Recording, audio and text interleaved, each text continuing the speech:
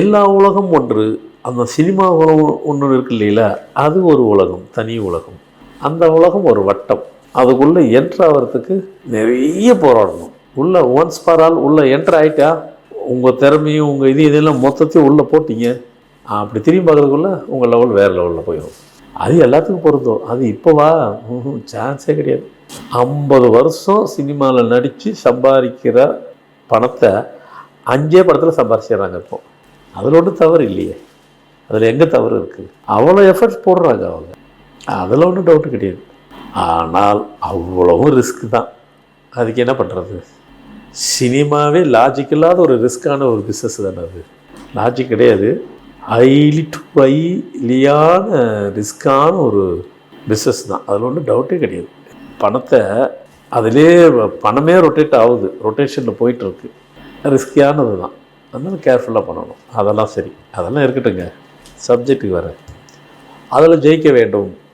இன்றைய புதுமுகம்தான் நாளைய ஸ்டார், அன்றைய புதுமுகம்தான் இன்றைய ஸ்டார். ஏன் முடியாது?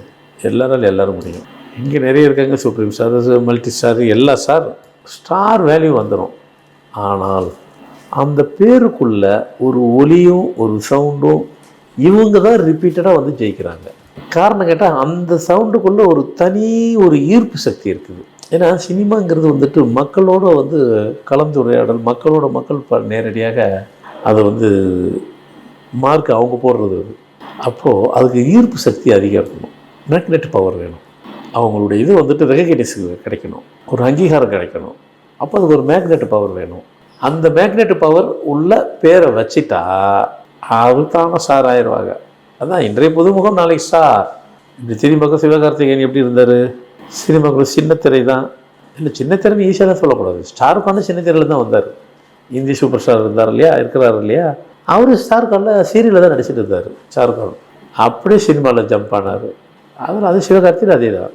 சின்னத்திரையில் விஜய் டிவியில் வந்தார், அப்படியே சினிமாவில் ஜம்ப் ஆனார், அப்படியே ஸ்டாரை நோக்கிட்டு போயிட்டுருக்குறாரு.